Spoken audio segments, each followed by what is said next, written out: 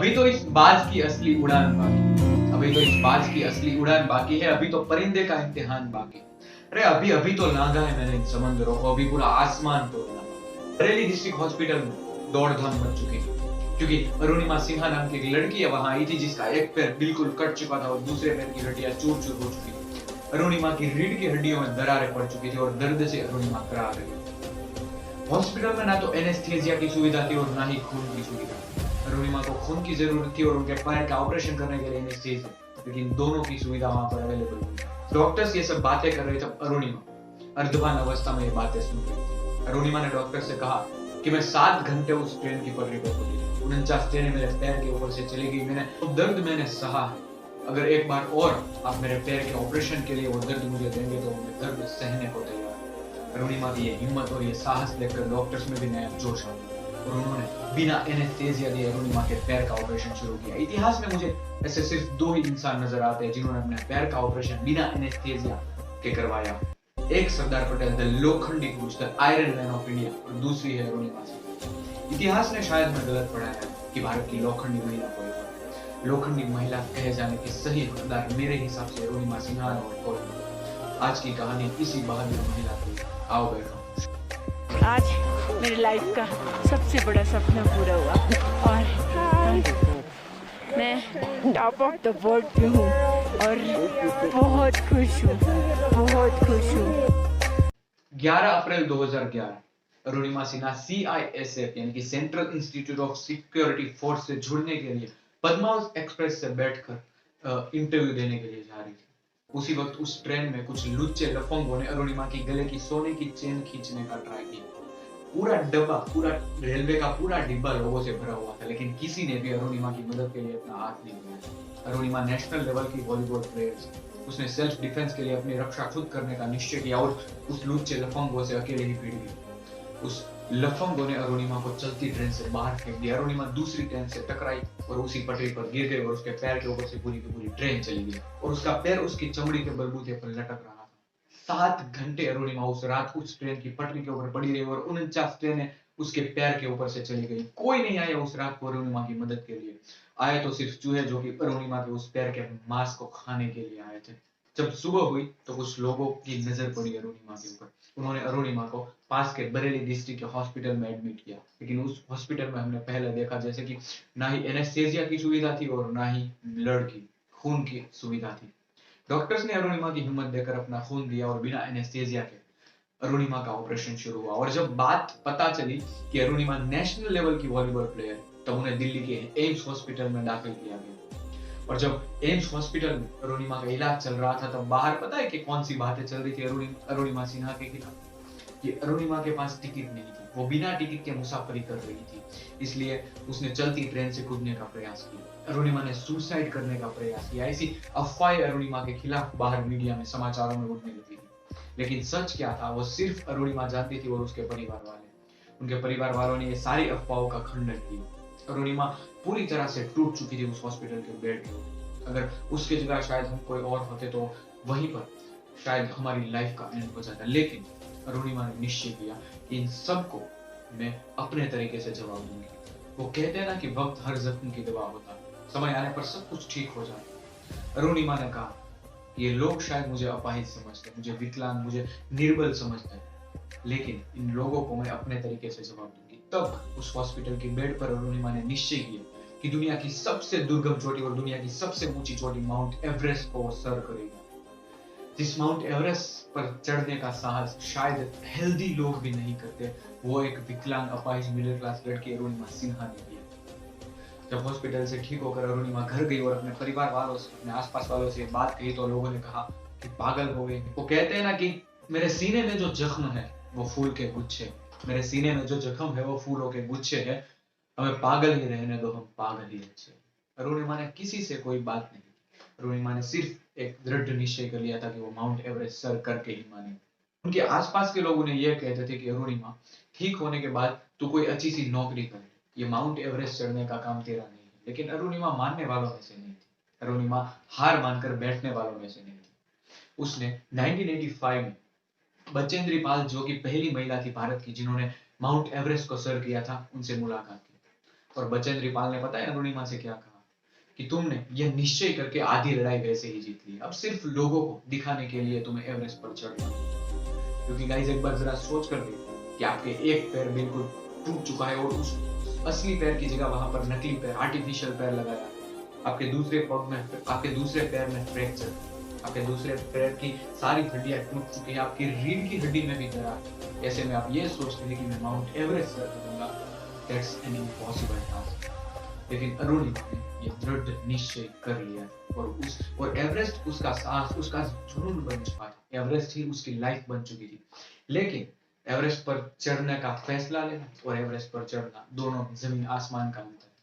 क्योंकि एवरेस्ट पर चढ़ने के लिए आपको ट्रेनिंग चाहिए प्रॉपर्ली, दूसरी बात तो आपको स्पॉन्सरशिप चाहिए, और वो दोनों को अरुणिमा को अरेंज करना था। अरुणिमा ने ट्रेनिंग शुरू की और जिस ट्रेनिंग में शुरुआत में आधे घंटे टाइम लगता था लोगों को, वहां अरुणिमा को 2.5 घंटे लग जाते थे। लेकिन कुछ महीने की ट्रेनिंग के बाद अरुणिमा एक लोकेशन से दूसरे लोकेशन पर सबसे पहले पहुंच जाती थी अपने आर्टिफिशियल, अपने नकली पैर के साथ। तो पता है लोग उसे क्या कहते थे कि अरुणिमा तुम खाती क्या हो? क्योंकि मैंने कहा ना कि एवरेस्ट अरुणिमा का जुनून बन चुका था, उसे किसी भी हालत में एवरेस्ट की चोटी पर पहुंचना ही था। अब बात आती है शेरपा को अपने साथ रखने की, और जब शेरपा को पता चला कि अरुणिमा का तो एक पैर ही डुप्लीकेट है, इसके साथ जाना एवरेस्ट पर यानी अपने ही लाइफ को जोखिम में डाले, इसलिए शेरपा किसी भी हालत पर मान नहीं रहा था। लेकिन जैसे तैसे उस शेरपा को मनाया और अरुणिमा के साथ माउंट एवरेस्ट पर भेजा। आखिरकार वो दिन आ ही गया जब अरुणिमा को वास्तव में एवरेस्ट के लिए निकलना था। लेकिन एक बात याद रखिए, सफलता की राह में आपकी सबसे पहली जंग होगी कुदरत से, और कुदरत से भिड़ने के लिए अरुणिमा पूरी तरह से तैयार थी। आगे देखिए कि कैसी कैसी मुश्किलें आती है अरुणिमा की लाइफ में। जैसे ही अरुणिमा ने चढ़ाई शुरू की, कुछ ऊपर पहुंचे कि अरुणिमा का जो आर्टिफिशियल पैर था वो भारी वजन के कारण निकल जाने लगा। अरुणिमा का आर्टिफिशियल पैर उसके पैर से जुड़ नहीं रहा था, लेकिन अरुणिमा ने अपनी चढ़ाई जारी। जैसे जैसे अरुणिमा ऊपर चल रही थी, उसे मौत का मंजर दिखाई देने लगा। एवरेस्ट की चढ़ाई यानी मौत को लाइव नजदीक से देखना, और वो उन्हें ही पता होता है जो उस एवरेस्ट को चढ़ने के लिए जाते हैं। खून को जमा देने वाली ठंडी, थप्पड़े लगे ऐसी हवा की लहरें, थप्पड़े मारती हो ऐसी ठंडी हवा की लहरें, माइनस में तापमान, आपके शरीर का इतना भार, आपके गर्म कपड़ों का भार, ऊपर से आपके सामान का भार, इन सबको लेते हुए एक डुप्लीकेट पैर और एक टूटे हुए पैर के साथ अरुणिमा निकल पड़ी थी माउंट एवरेस्ट की चोटी को सर करने के लिए। और जब उसने मौत को सामने देखा अरुणिमा ने, तो वो कांप उठी थी।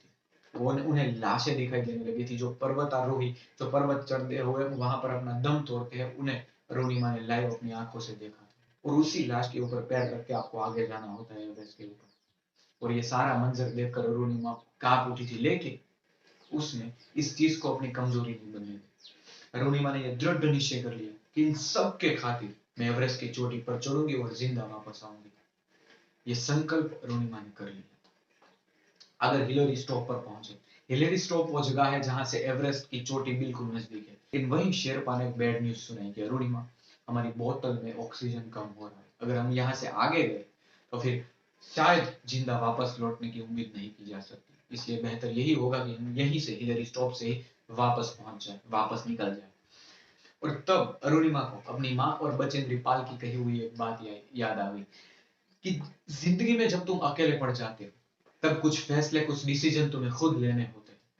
अरुणिमा ने सोचा कि मैं एक एक कदम रखकर यहाँ पहुंची हूँ, मुझे एवरेस्ट की चोटी, अपना लक्ष्य बिल्कुल सामने दिखाई दे रहा है, अब मैं यहाँ से पीछे नहीं जा सकती, बस एक कदम आगे रखने की बात है, मैं वो कर दिखाऊंगी जो दुनिया में आज तक किसी ने नहीं किया। अरुणिमा ने दृढ़ निश्चय किया कि वो आगे बढ़ेगी। अरुणिमा ने अपनी लाइफ को जोखिम में डालने का साहस किया, और महज 1.5 घंटे के बाद अरुणिमा सिन्हा दुनिया की सबसे ऊंची चोटी, सबसे दुर्गम चोटी, बर्फीली चोटी, माउंट एवरेस्ट की चोटी, समिट पीक पर थी, दुनिया से 8,848 फीट की ऊंचाई पर थी। आज अरुणिमा सबसे ऊपर थी और पूरी दुनिया में 11 अप्रैल 2011 को अरुणिमा का एक्सीडेंट हुआ, और 13 मई 2013 महज 2 सालों में अरुणिमा दुनिया की सबसे ऊंची और सबसे दुर्गम, सबसे कठिन समिट माउंट एवरेस्ट पर थी। शेरपा से अपने फोटोज और वीडियोस रिकॉर्ड करने के लिए कहा। शेरपा ने कहा, पागल हो गए क्या, हमारा ऑक्सीजन खत्म हो रहा है, अगर हम यहीं से वापस नहीं गए, हम जल्द से जल्द वापस नहीं गए तो शायद हम जिंदा नहीं लौट पाएंगे नीचे।